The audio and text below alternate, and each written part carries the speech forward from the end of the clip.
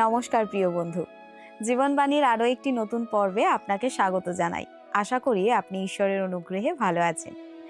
আমরা ধারাবাহিকভাবে বাইবেল অধ্যয়ন করছি এবং বর্তমানে আমরা আদি পুস্তকে আছি। গত পর্বে আমরা আদি পুস্তক ২৭ অধ্যায়ে দেখেছি কিভাবে যাকব ও রিবিকা ছলনার আশ্রয় নিয়ে ইসাহাকের কাছ থেকে আশীর্বাদ কেড়ে নিয়েছিলেন। যদিও ঈশ্বরের পরিকল্পনা ছিল যাকবই আশীর্বাদ পাবেন, কিন্তু তাদের এই মিথ্যার ফলে পরিবারে তিক্ততা নেমে আসে।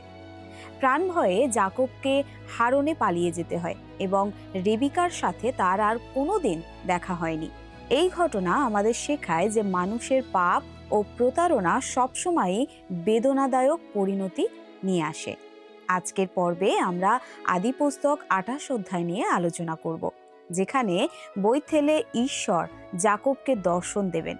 তাহলে চলুন আজকের আলোচনা শুরু করা যাক।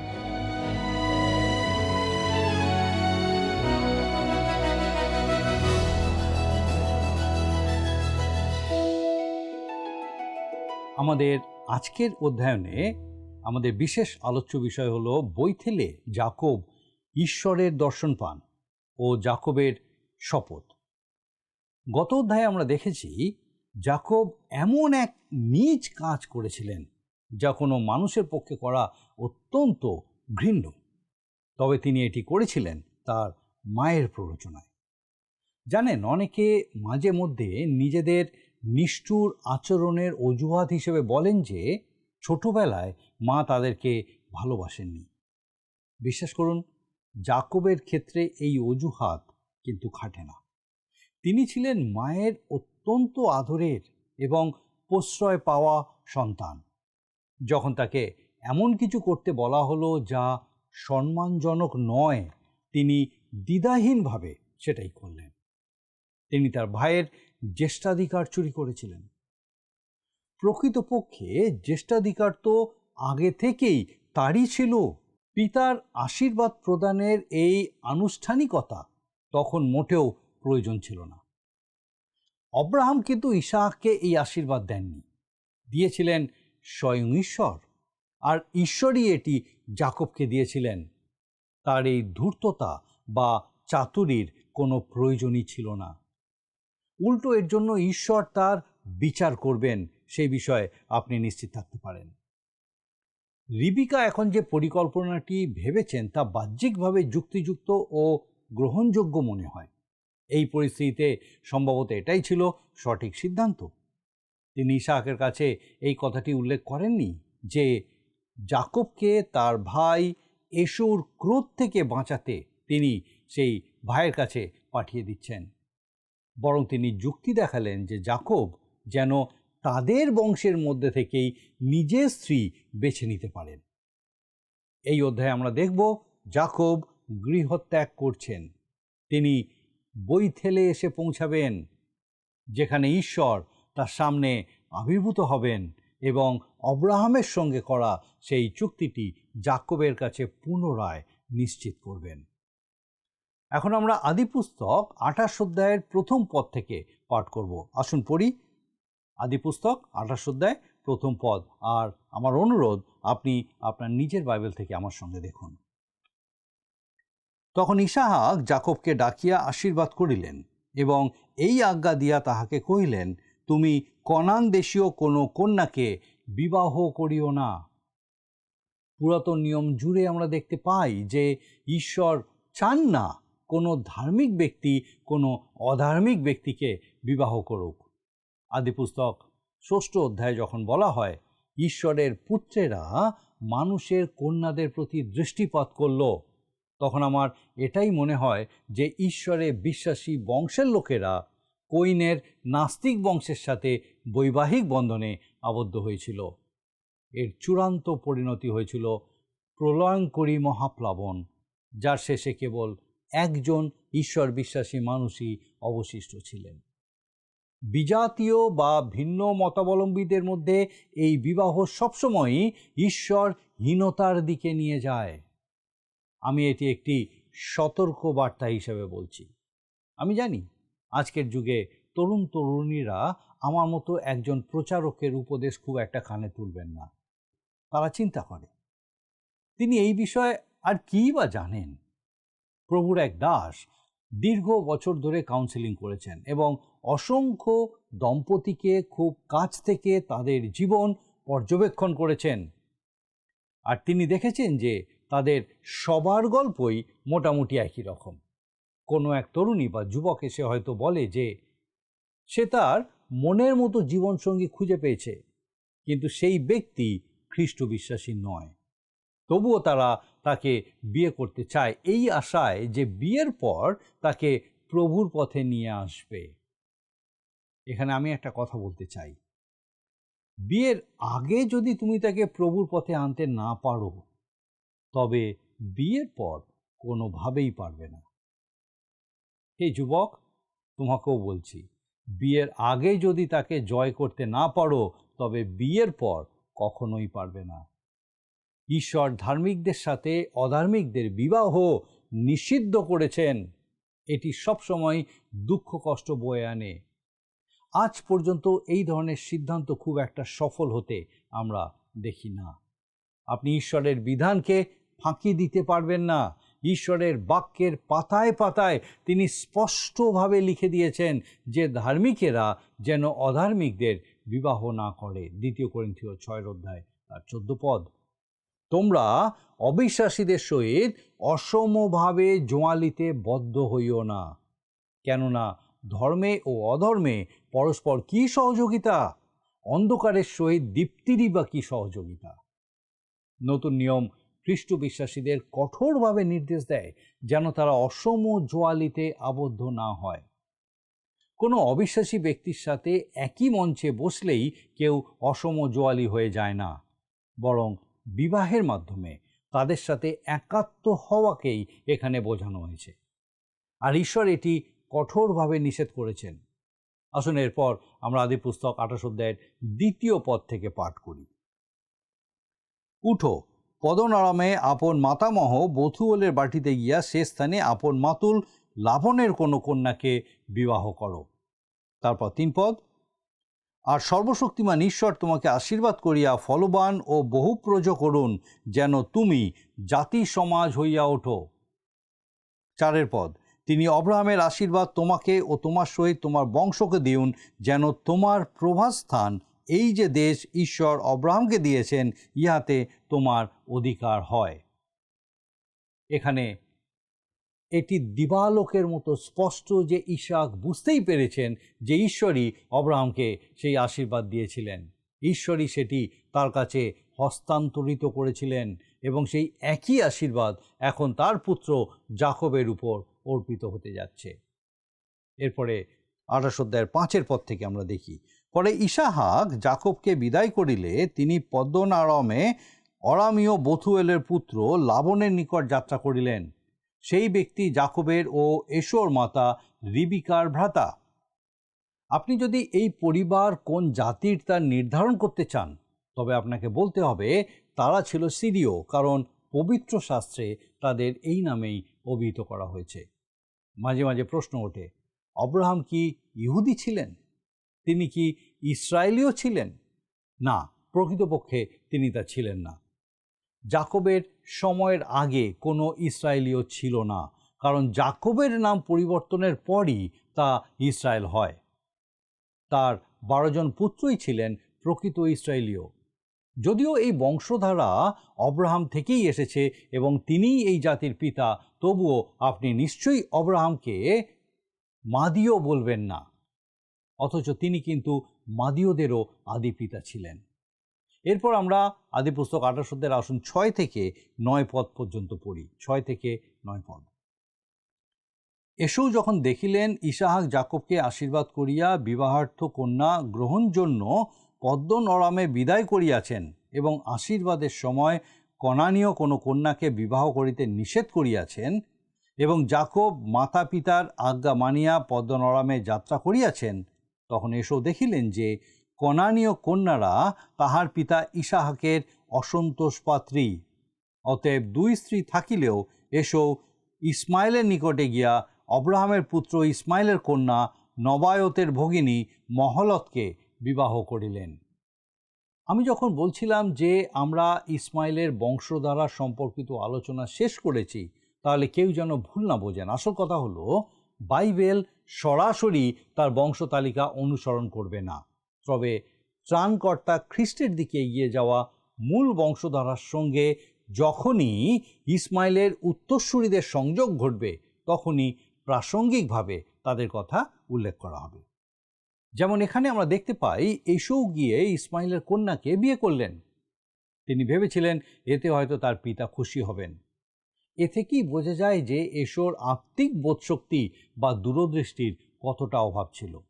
তিনি বুঝতে পারেননি যে ঐশ্বরিক মনোনীত বংশধারার বিচারে ইসমাইলীয়রা কনানীয় বা পলিস্টীয়দের মতোই প্রত্যাখ্যাত ছিল। এরপরে আমরা 10 আর 11 পদে দেখি লেখা আছে, আর যাকব বেরশেবা হইতে বাহির হইয়া হারনের দিকে যাত্রা করিলেন, এবং কোনো এক স্থানে পৌঁছিলে সূর্য অস্তগত হওয়াতে তথায় রাত্রি যাপন করিলেন। আর তিনি তথাকার এক প্রস্তর লইয়া বালিশ করিয়া সেই স্থানে নিদ্রা যাইবার জন্য শয়ন করিলেন। যাকব যে স্থানে এসে উপস্থিত হলেন সেটি হলো বৈথেল, যার আক্ষরিক অর্থ হলো ঈশ্বরের গৃহ। বৈথেল জেরুসালেম থেকে 12 মাইল উত্তরে অবস্থিত, আর যাকব যে ঘরটি ছেড়ে এসেছেন সেটি সম্ভবত জেরুসালেম থেকে 25 বা 30 মাইল দক্ষিণে ছিল। এর মানে হলো, প্রথম দিনেই যাকব প্রায় 40 মাইল পথ পাড়ি দিয়েছিলেন। বুঝতেই পারছেন, সে আক্ষরিক অর্থেই এসোর কাছ থেকে প্রাণপণে পালাচ্ছিল। সে চাইছিল ভাইয়ের হাত থেকে যত দূরে সম্ভব চলে যেতে, কিন্তু এসো থেকে সে যত দূরে সরছিল, নিজের ঘর থেকেও সে ততটাই দূরে চলে যাচ্ছিল। আপনার কি মনে হয়, সেদিন রাতে তার মনের অবস্থা কীরকম ছিল? সে যে ভীষণ একাকী বোধ করছিল তা তো নিশ্চিত। সম্ভবত সে ছিল অত্যন্ত গৃহকাতর। বাইবেল অনুযায়ী এটিই ছিল ঘর ছেড়ে কাটানো তার প্রথম রাত। আপনার কি মনে আছে ঘর থেকে দূরে কাটানো আপনার প্রথম রাতের কথা? কখনো কি এরকম হয়েছে? আমি প্রায়ই যাকবের কথা ভাবি। সে তখন পূর্ণবয়স্ক মানুষ, কিন্তু আমার মনে হয় সেও ছিল অত্যন্ত ঘর কাতর। রিবিকার কাছ থেকে এটিই ছিল তার প্রথম বিচ্ছিন্ন হওয়া।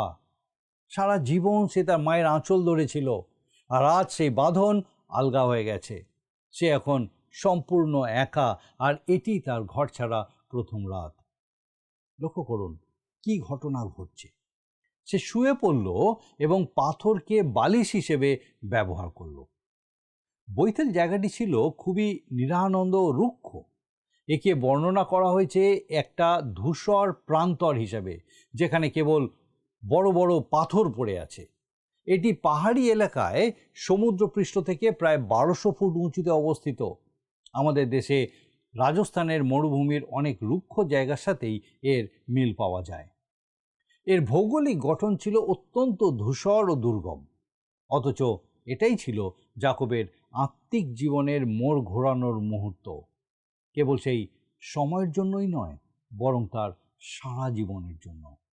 তাই এটি সেই স্থান যেখানে সে আশ্রয় নিল এবং ঘুমের জন্য শুয়ে পড়ল। আসুন দেখি 12 আর 13 পদ। পরে তিনি স্বপ্ন দেখিলেন, আর দেখো পৃথিবীর উপরে এক সিঁড়ি স্থাপিত, তাহার মস্তক গগনস্পর্শী, আর দেখো তাহা দিয়া ঈশ্বরের দূতগণ উঠিতেছেন ও নামিতেছেন। আর দেখো সদাপ্রভু তাহার উপরে দণ্ডায়মান। তিনি কহিলেন, আমি সদাপ্রভু, তোমার পিতা অব্রাহামের ঈশ্বর ও ইসাহাকের ঈশ্বর। এই যে ভূমিতে তুমি শয়ন করিয়া আছো, ইহা আমি তোমাকে ও তোমার বংশকে দিব। প্রসঙ্গক্রমে বলে রাখি, এটা ঠিক সেই এলাকা যেখানে প্যালেস্তাইন দেশে পৌঁছানোর পর ঈশ্বর প্রথমবার অব্রাহামের কাছে আবির্ভূত হয়েছিলেন। আমরা 14 পদে দেখি লেখা আছে, তোমার বংশ পৃথিবীর ধূলির ন্যায় অসংখ্য হইবে, এবং তুমি পশ্চিম ও পূর্ব, উত্তর ও দক্ষিণ চারিদিকে বিস্তীর্ণ হইবে, এবং তোমাতে ও তোমার বংশে পৃথিবীস্থ যাবতীয় গোষ্ঠী আশীর্বাদ প্রাপ্ত হইবে। এখন ঈশ্বর যাকবকে ঠিক সেই প্রতিশ্রুতি দিচ্ছেন যা তিনি প্রথমে অব্রাহামকে দিয়েছিলেন।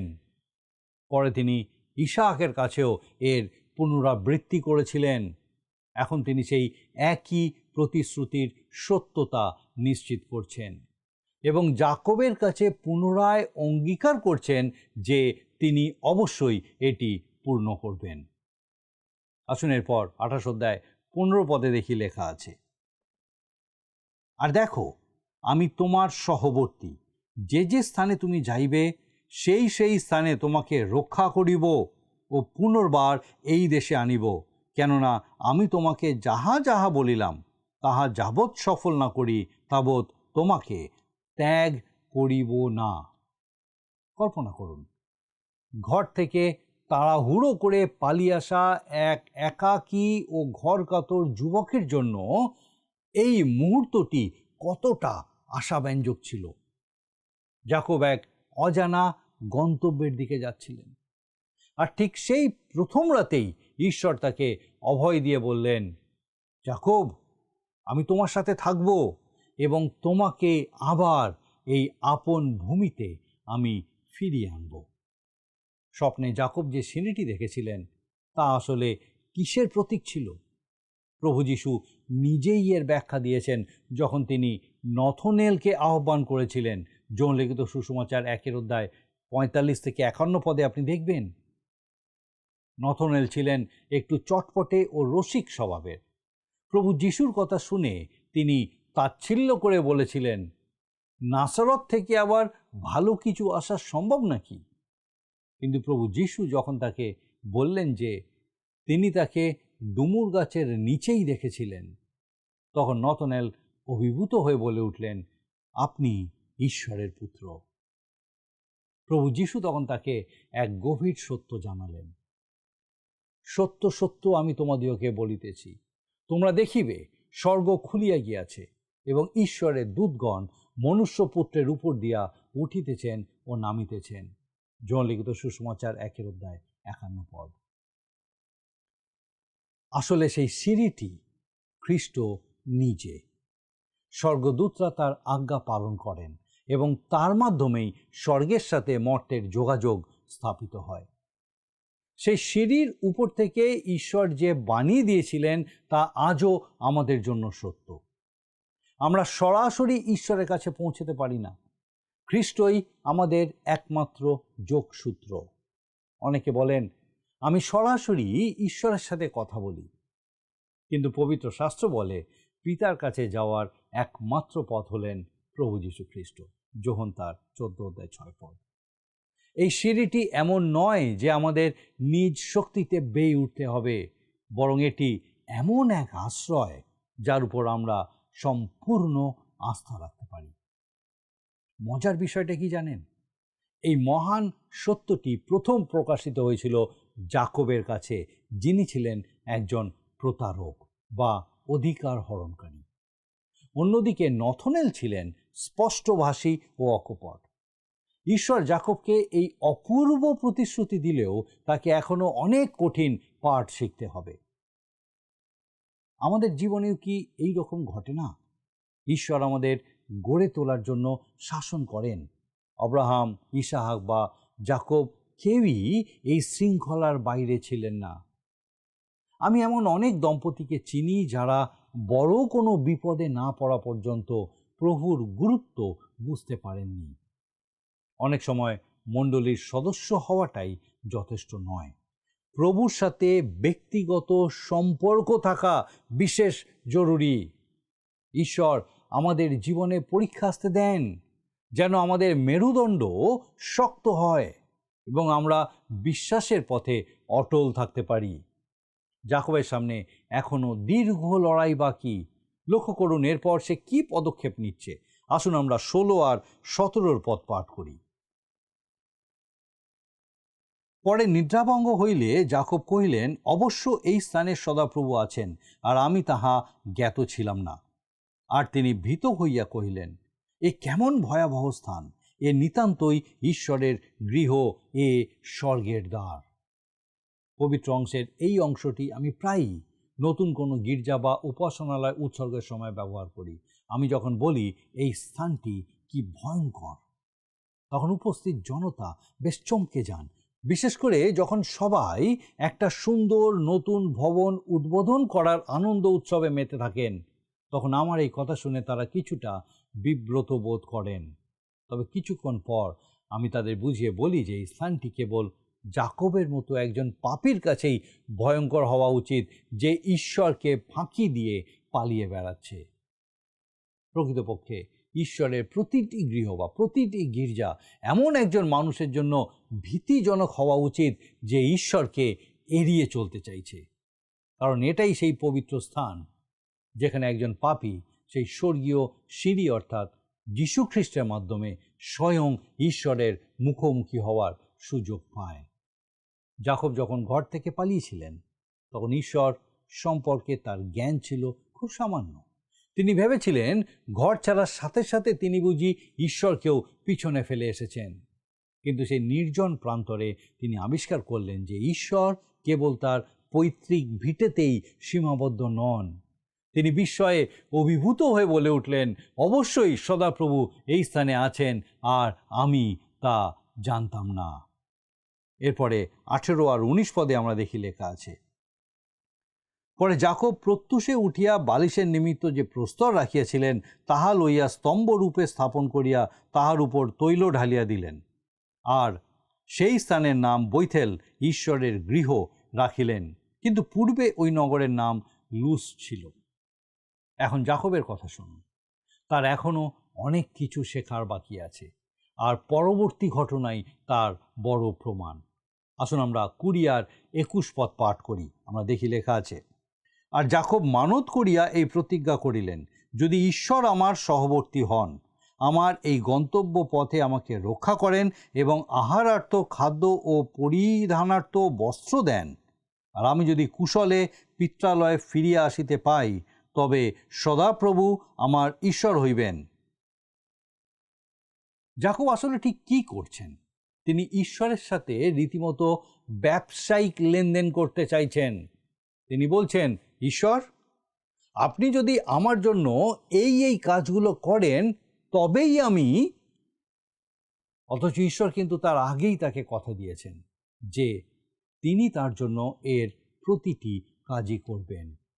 তিনি বলেছিলেন, আমি তোমাকে আগলে রাখব, আমি তোমাকে এই ভূমিতে ফিরিয়ে আনব, আমি তোমাকে এই দেশ দান করব এবং তোমার বংশবৃদ্ধি করব। অথচ এরপরও যাকব উল্টে দর কষাকষি শুরু করলেন, আপনি যদি এগুলো করেন তবে আমি আপনার উপাসনা করব। ঈশ্বর আমাদের সাথে এভাবে ব্যবসা করেন না। তিনি যাকবের সাথেও তেমনটা করেননি। যদি ঈশ্বর শর্ত মেনে চলতেন তবে যাকব কোনোদিনই সেই দেশে ফিরে আসতে পারতেন না। ঈশ্বর তাকে ফিরিয়ে এনেছিলেন কেবল তার অপার অনুগ্রহ ও করুণার গুণে। যাকব যখন দীর্ঘ সময় পর আবার বৈতেলে ফিরে আসেন, তখন তিনি ছিলেন অনেক বেশি পরিণত ও অভিজ্ঞ একজন মানুষ। জানেন তখন তিনি কেন ফিরে এসেছিলেন? শুধুমাত্র ঈশ্বরের করুণার জন্য, তার চরণে উপাসনা আর কৃতজ্ঞতা উৎসর্গ করতে। ঈশ্বর সত্যি তার প্রতি দয়ালু ছিলেন।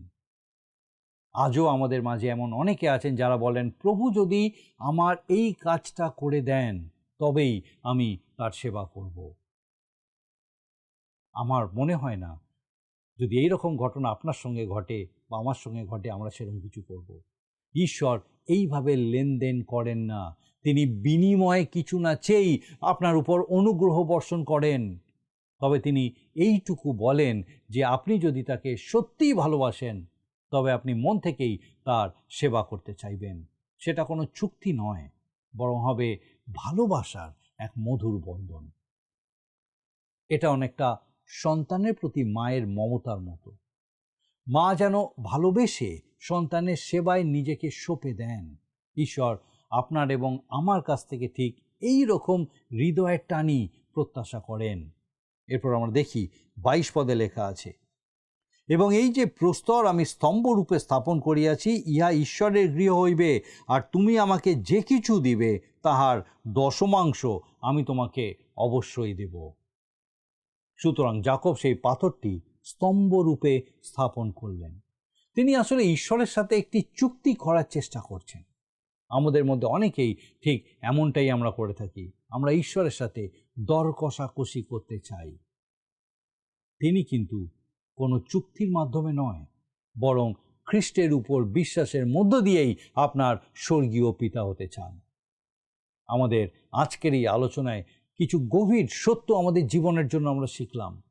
যাকব চাতুরী আর প্রতারণার আশ্রয় নিলেও ঈশ্বর অব্রাহাম ও ইসাহাকের সাথে করা তার চুক্তির প্রতি অটল ছিলেন। আমাদের দুর্বলতা ঈশ্বরের উদ্দেশ্যকে ব্যর্থ করতে পারে না। বৈথেলে যখন যাকব ভয় আর নিঃসঙ্গতায় কাতর ছিলেন, ঠিক তখনই ঈশ্বর তাকে দেখা দেন এবং তার সুরক্ষা ও তার সাথে থাকার এক অদ্ভুত নিশ্চয়তা প্রদান করেন। যাকবের স্বপ্নে দেখা সেই মইটি আসলে খ্রিস্টের দিকে ইঙ্গিত করে, যিনি স্বর্গ ও পৃথিবীর মধ্যে সংযোগকারী একমাত্র মাধ্যম। যাকব ঈশ্বরের সাথে একটা শর্ত সাপেক্ষ চুক্তি করতে চেয়েছিলেন, কিন্তু ঈশ্বরের আশীর্বাদ কোনো শর্তের উপর নয়, বরং তার করুণা ও তার ভালোবাসার উপর ভিত্তি করেই প্রভাবিত হয়। আসুন এখন প্রার্থনায় যাব, আর আমি চাইব আপনি আমার সঙ্গে যোগ দিন। করুণাময় স্বর্গীয় পিতা, তোমার ধন্যবাদ, তোমার স্তুতি করি যে তুমি আমাদের কত ভালোবাসো, যে তুমি সেই পথ প্রস্তুত করেছো প্রভু যীশু খ্রিস্টের মধ্য দিয়ে, যেন পিতা গো আমরা তোমার কাছে ফিরে এসে তোমার সেই আনন্দ, শান্তি, তোমার সেই ভালোবাসার আস্বাদ গ্রহণের মধ্যে দিয়ে তোমার গৌরব করতে পারি। ধন্যবাদ দিয়ে আজকে আমাদের প্রত্যেক দর্শক বন্ধুর সঙ্গে আরেকটিবার পিতা গো বিশেষভাবে এই সত্যকে তুমি তাদেরকে বুঝতে, উপলব্ধি করতে, হৃদয়ে গ্রহণ করতে সাহায্য করলে। প্রার্থনা করি আমাদের সেই প্রত্যেক দর্শক বন্ধু, তাদের পরিবার পরিজন প্রত্যেককে এইভাবে তোমাতে স্থির রাখো, তোমার সত্যে, তোমার আনন্দে, তোমার ভালোবাসায়, তোমার সহভাগিতায়, সান্নিধ্যে প্রত্যেককে বেড়ে উঠতে সাহায্য করো। তাদের সকল ভার নাও, সমস্ত মন্দতা থেকে রক্ষা করো। বিশেষ করে তোমার অনুগ্রহে প্রত্যেককে সুস্থ সবল শরীরে তোমার গৌরব করতে সাহায্য করো। তোমার যিশু নামে ভিক্ষা দয়া করে শ্রবণ ও গ্রহণ করো। আমেন।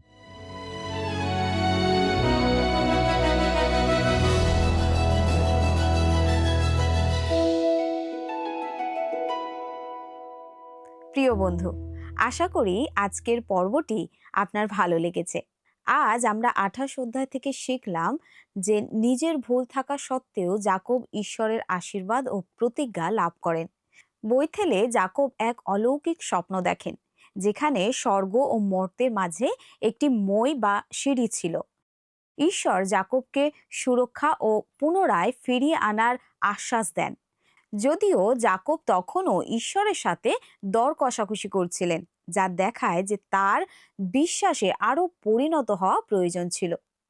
আগামী পর্বে আমরা আদিপুস্তক 29 অধ্যায় নিয়ে আলোচনা করব, যেখানে যাকব ও রাহেলের সাক্ষাৎ এবং যাকবের নিজের প্রতারিত হওয়ার কাহিনী রয়েছে। সেই পর্যন্ত প্রার্থনা ও ঈশ্বরের আশীর্বাদে থাকুন।